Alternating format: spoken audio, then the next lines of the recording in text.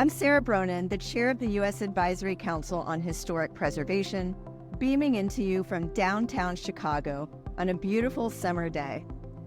I'm standing on the adjacent block to the Century and Consumers buildings, two buildings that were built over 100 years ago in the Chicago architecture style and contributing buildings to the Loop Historic District. For those of you who are unfamiliar, Section 106 is the federal preservation review process that is administered by the ACHP in accordance with the National Historic Preservation Act. Section 106 requires federal agencies to take into account the impacts of their actions on historic properties.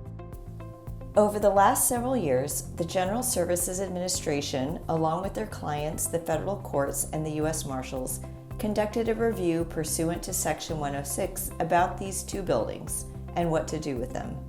On the table were rehabilitation for new uses as well as demolition. In the Section 106 process, our regulations require federal agencies to do all they can to resolve adverse effects, including effects related to noise, vibration, visual adverse effects, and certainly demolition. It's hard to imagine a more adverse effect than the demolition of a resource. Already, these buildings were being demolished by neglect. Vacant for 2 decades, they were placed on the endangered places lists of Preservation Chicago, Landmarks Illinois, and the National Trust for Historic Preservation. These listings raised awareness about the buildings and the Section 106 process, as well as the possibilities that might come with their rehabilitation. During the Section 106 consultation process, the public came out strongly in favor of rehabilitation.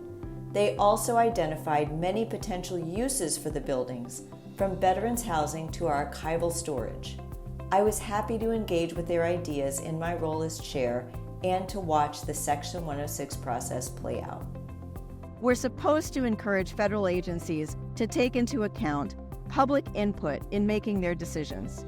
And I'm proud to announce that's exactly what the GSA has done. They've said they will save the buildings and allow private parties to propose ideas for their reuse.